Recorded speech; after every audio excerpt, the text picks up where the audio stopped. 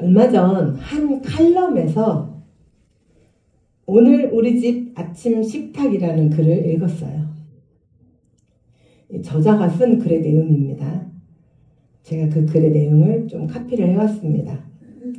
모처럼 온 가족이 함께 모여 아침 식사를 하는 날이었습니다. 나는 가족이 다 모인다는 생각에 약간 들뜬 마음으로 식탁에 앉았습니다. 식탁 위에는 소불고기와 영양을 고루 갖춘 각종 반찬들과 여러 가지 샐러드에 과일까지 말 그대로 풍요로움 그 자체였습니다.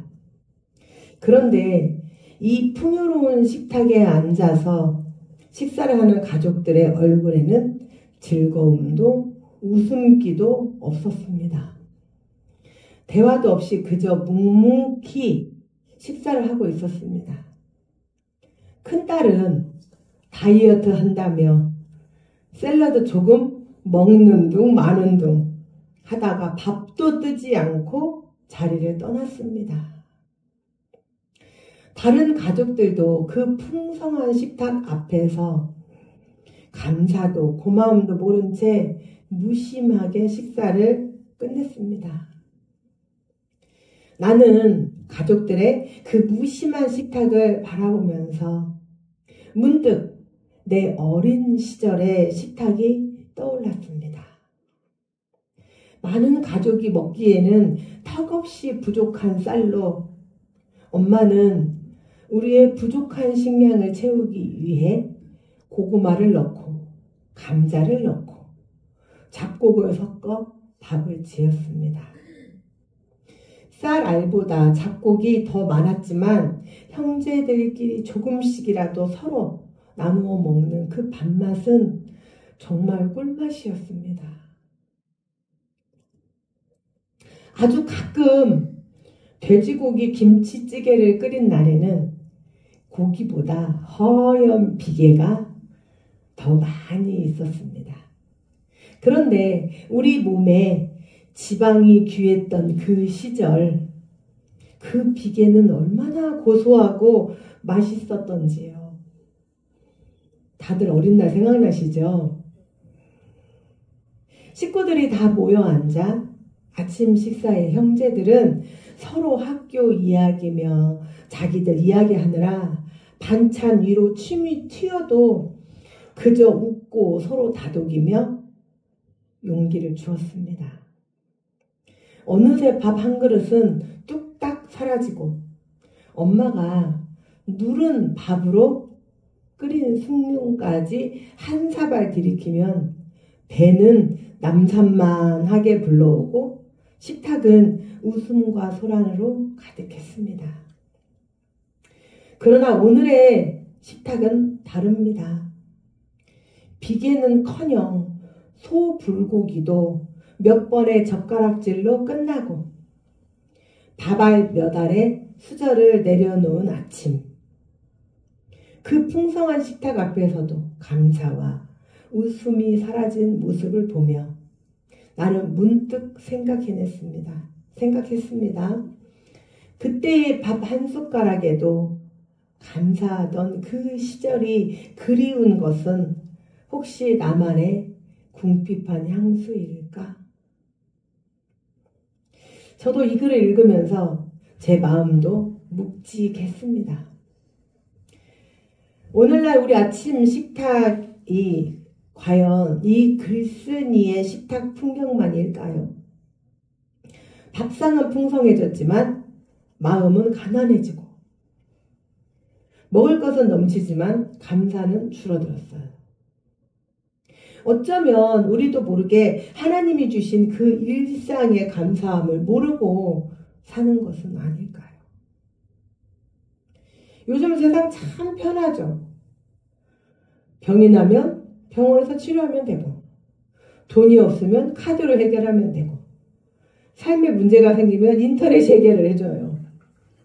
물어보면 다 알려주잖아요. 그런데 이상한 것은 삶은 풍족하고 무엇 하나 부족함 없이 편해졌는데 마음은 점점 메말라 갑니다. 무슨 이유일까요? 집은 예전에 비해 비교할 수 없이 커졌어요.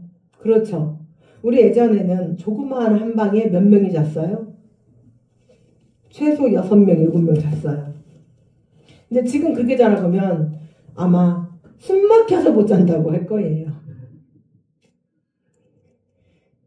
집은 예전에 비해 비교할 수 없이 커졌지만 웃음은 줄고 밥상은 풍성한데 감사는 사라졌어요. 하나님을 믿지만 하나님이 꼭 필요하시지 않은 것 같아요. 기도하지 않아도 일이 되고 예배를 빠져도 큰일 나지 않아요. 그게 바로 오늘 본문 말씀의 이야기죠. 이스라엘은 솔로몬 이후 솔로몬의 악행으로 인해서, 솔로몬의 악행이 무엇인지는 다 아시죠? 남과 북으로 이제 나라가 분열이 되어버렸어요. 그런데 북쪽은 북왕국 이스라엘, 남쪽은 남왕국 유다로 완전히 이제 분열이 되어서 남남처럼 살고 있었을 때에 북쪽 이스라엘을 다스리고 있었던 여로보암 2세라고 하는 왕이 있었죠. 그때에 활동했던 선지자가 바로 오늘 우리가 말씀을 읽었던 호세아 선지자예요. 겉으로 보기에는 여로보암 2세 이때에 호세아 선지자가 활동하고 있었던 이때에 나라가 북이스라엘 역사상 가장 부강했어요. 가장 강대국이었고 경제적으로도 풍요로웠고 군사력 또한 막강했습니다. 백성들은 외적으로 모든 것이 안정된 듯 보였어요. 그러나 그 부유함 속에서 하나님께서 자신들과 함께 하신다는 착각까지 이르렀죠. 그러나 하나님은 호세아를 통해서 이렇게 말씀을 하셔요. 내가 너를 광야에서 알았거늘 네가 먹어서 배부름으로 인하여 마음이 교만하여 그러므로 나를 잊었느니라.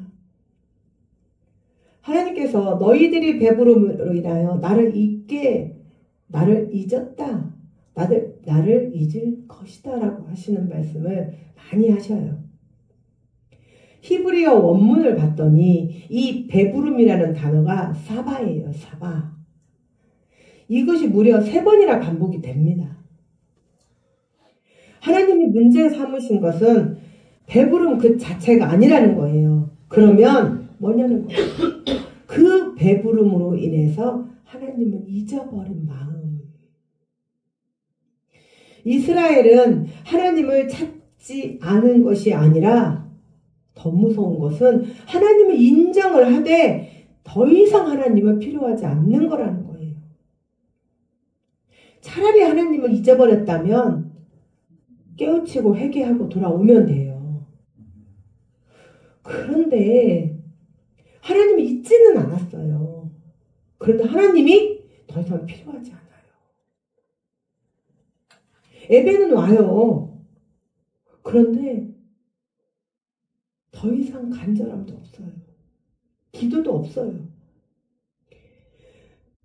하나님 없이는 살 수 없던 그 광야의 신앙이 이제는 우리가 할 수 있다는 자만으로 바뀌어버린 거예요. 그런데 과연 이 모습이 옛날 이스라엘인들만의 문제냐는 거죠. 지금 우리 안에서도 똑같이 일어나고 있어요. 위기 속에 있을 때는 하나님을 붙잡아요. 그런데 평안해지면 마음이 느슨해집니다. 하나님을 찾던 발걸음이 다시 세상으로 니나노 닐리리야 그리고 다시 나가죠. 하나님 필요 없을 만큼 안정된 세상. 그때 신앙은 가장 빠르게 식어갑니다. 마귀는 때로는 우리를 세상으로 이끌기 위해서 가짜 평안을 줍니다. 어떻게 구별할 수 있냐고요? 하나님 안에서 내가 하나님을 찾고 하나님을 만나는 데에 있어. 그 하나님을 믿음으로 인해서 내 마음 평안이 오고 하나님을 놓치면 내가 죽을 것 같고 그래서 1분 1초를 누군가와 대화를 하지 않을 때는 머릿속에서 계속 하나님과 대화를 하고 기도하고 이건 하나님이 주신 평안이에요. 아멘. 그런데 내 마음이 평안하네요. 어쩌다 교회 한 번 안 갔더니 여전히 평안해요. 이제는 교회보다 세상이 더 평안해요. 왠지 교회 가면 마음이 불편해. 교회 가면 마음이 불편하시다는 분들이 있어요. 저는 이해가 안 가는 분들이에요. 그런데 불편할 수 있어요. 왜요? 마귀가 잡고 있으니까. 마귀는 우리를 하나님 앞에서 띄워놓으려고 온갖 수단과 방법을 가리지 않아요. 그래서 가짜 평안을 줘요. 교회 안 가면 내가 이렇게 마음이 편한데 교회만 가면 마음이 불편해요? 누구예요? 구분이 쉬워요? 안 쉬워요? 쉬워요. 하나님 안에서 있을 때의 평안.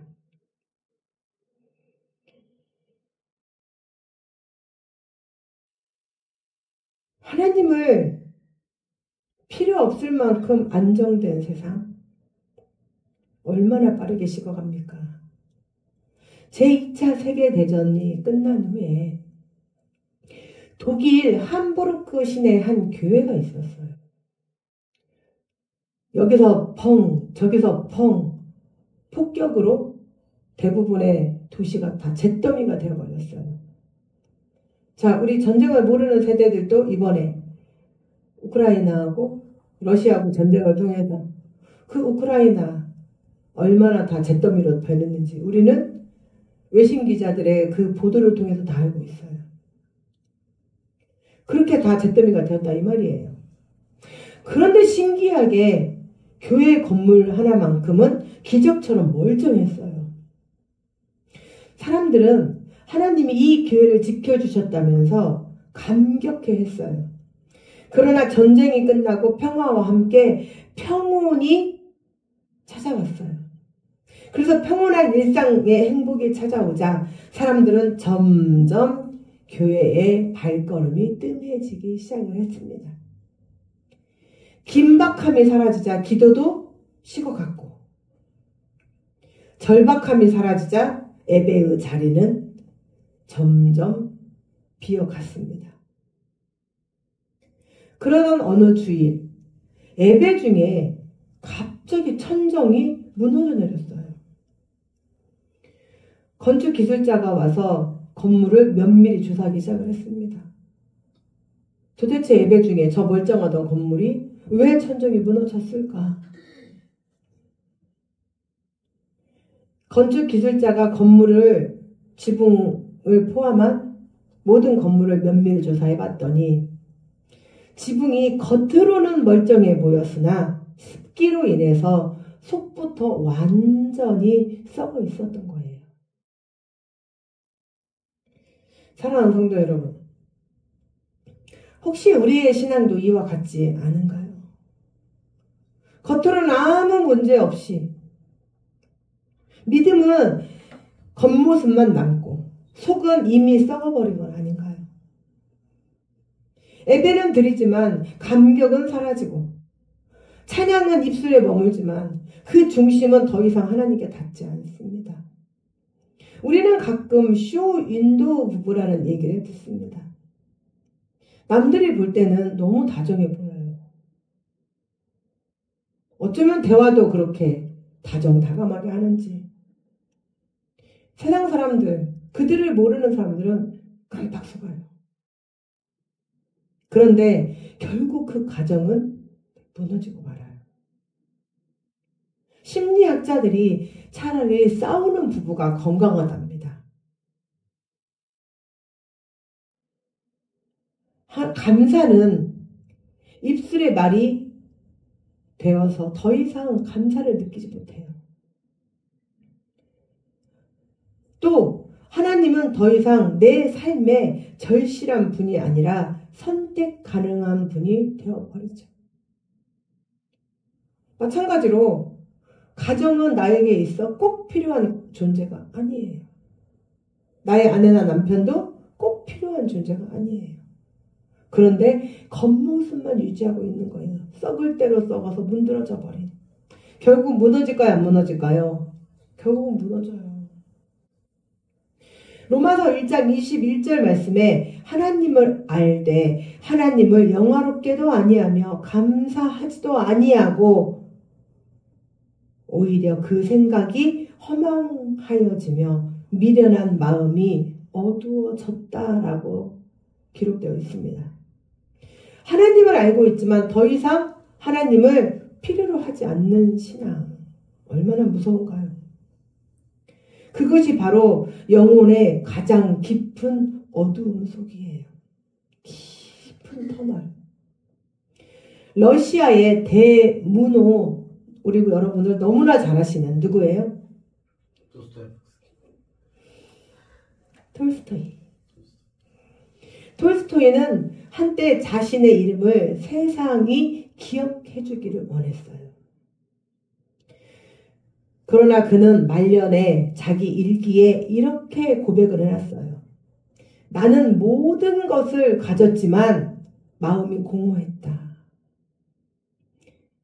하나님을 잊은 순간부터 나는 살아있으나 죽은 사람과 같았다. 그는 스스로의 인생을 돌아보며 이렇게 말을 합니다. 인간이 하나님을 잊는 것은 죄가 아니라 재앙이다. 그리고 그는 이렇게 기도했어요. 하나님, 제 평안보다 차라리 제 불안을 통해서라도 주님을 잊지 않게 하소서. 그의 말처럼 하나님을 잊은 순간부터 인간은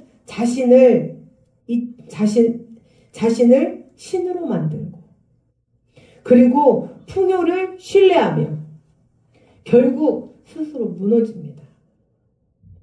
하나님 없는 풍요는 축복이 아니라 우리를 망치려는 저주예요.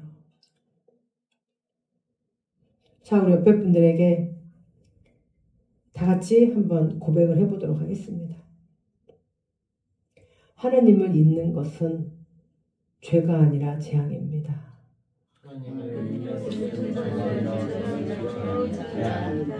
자, 앞에 분들도 보시고 하나님을 잊는 것은 죄가 아니라 재앙입니다. 하나님을 잊는 것은 죄가 아니에요. 재앙이에요. 재앙. 자기의 삶을 망치는 재앙. 또한 하나님을 잊을 때 우리의 입에서 뭐가 사라질까요? 감사가 사라집니다. 감사는 단순한 감정의 표현이 아니라 감사는 하나님께서 주신 은혜에 대한 겸손과 사랑의 반응이에요. 그러나 내 안에 교만이 자리 잡을 때 우리 입에서는 감사가 제일 먼저 사라집니다. 오늘 특별히 1년에 한 번 하나님께 더욱 감사함으로 우리는 추수감사 예배를 드립니다. 추수감사절을 유대인들은 초막절이라고 불렀습니다. 이 초막절은 유대인들의 그 대표적인 가을 명절이었어요. 한 해의 마지막 수확을 기념하면서 광야에서 하나님이 그들을 지켜주신 은혜를 기억하는 절기죠. 이스라엘은 광야의 길에서 하나님이 그들을 지키신 은혜를 잊지 않으려고 초막을 짓고 그 안에 거했어요. 수확의 기쁨을 누리되 안정된 집이 아니라 하나님께 기대어 살던 그 천막을 기억하는 거죠. 초막절 절기의 중요한 목적은 풍요가 목적이 아니라 하나님 함께 하셨다는 그 사실이 본질이었던 거죠. 이 전통이 훗날 17세기 영국의 청교도들의 신앙 속으로 이어졌어요. 청교도가 뭐냐면 영국은 16세기 헨리 8세 때에 로마 카톨릭으로부터 분리되어서 성공회를 세웠어요. 그러나 로마 교회와 크게 다르지 않음을 알고 겉모양만 다른 교회가 아니라 성경으로 돌아간 진짜 교회를 세우자는 뜻으로 순수하게 하다. 해보세요. 순수하다. 네, 그게 바로 퓨리턴이에요. 우리나라 말로 하면 청교도. 이제 아시겠죠? 네, 순수하게 믿음으로 돌아가자. 그게 바로 퓨리턴. 우리나라 말로 청교도. 이 청교도들이 생겨났어요. 그런데 너무 아이러니하게 영국 국가가 이 청교도들의 이러한 행동에 반해서 예배를 감시하기 시작을 했어요. 그들의 예배 형식과 심지어 성직자의 복장까지 통제하였고 여기에 반발하면 체포하거나 추방해버렸어요. 말이 되나요? 예배를 드릴 수 있어요? 마음껏? 마음껏 드릴 수가 없어요. 이에 반발한 일부 청교도들이 신앙의 자유를 외치며 네덜란드로 피신을 하였다가 거기도 마땅치 않아서 다시 1620년에 102명의 청교도들이 신앙의 자유를 찾아서 메이플 플라워를 타고 미국 신대륙으로 향했어요. 그들 안에는 하나님의 나라를 다시 세우겠다는 불타는 비전으로 끌어올랐습니다. 그런데 미국으로 오는 동안 많은 사람들이 죽었어요. 그리고 이듬해 1621년 겨우 살아남은 자들이 하나님 앞에 감사하여 드린 예배가 오늘 미국이 또 전 세계가 드리는 추수감사의 예배의 전신이 되었습니다. 그들의 감사는 단순히 풍요로움을 주신 것에 대한 감사가 아니라 자신들을 지켜주신 하나님께 하나님 없이는 살 수 없음을 깨닫고 드린 감사였어요. 그들의 눈물과 예배가 훗날 미국의 기독교적 뿌리가 되었어요. 그 감사의 예배 속에 하나님께서 찾으시는 참된 감사가 있었죠. 그 감사와 그 눈물 속에 하나님이 계셨어요. 그러나 우리 성산주일방교회가 드리는 추수감사 예배는 이 미국의 추수감사 예배를 본받은 것이 아니라 우리는 성경적으로 하나님께서 제정하신 초막절에 기인해서 우리의 추수감사 예배를 드립니다. 그 이유에 하나도 또 그것이 우리가 추수감사 예배를 따라하는 것이 아니라는 것이 날짜가 다릅니다. 대한민국의 거의 모든 교회들과 미국은 11월 셋째 주를 추수감사 예배로 드립니다. 그러나 저희는 11월 첫째 주 매년 추수감사 예배로 드립니다. 우리는 물론 유대인들이 드렸던 그 초막절의 날짜를 다 계산해서 드리지는 않아요. 그러나 우리의 중심은 미국의 추수감사 예배를 그냥 무작정 따라하는 것이 아니라 하나님께서 너희는 1년 동안 내가 너희를 지키고 보호하고 인도한 것에 너희의 거둬들인 수확의 일부를 무엇으로 감사함으로 하나님 앞에 살아있는 예배를 올려드리고 감사 예배를 올려드리라는 그 뜻의 추수감사 예배를 올려드립니다. 아멘. 사랑하는 성도 여러분, 오늘 우리의 삶은 풍요롭고 부족함이 없이 이제는 하나님이 없이도 괜찮다고 여겼다면 그것이 바로 우리의 교만이며 오만이었어요. 우리는 하나님 없이는 단 1분 1초도 살아갈 수 없는 인생들이죠. 아멘.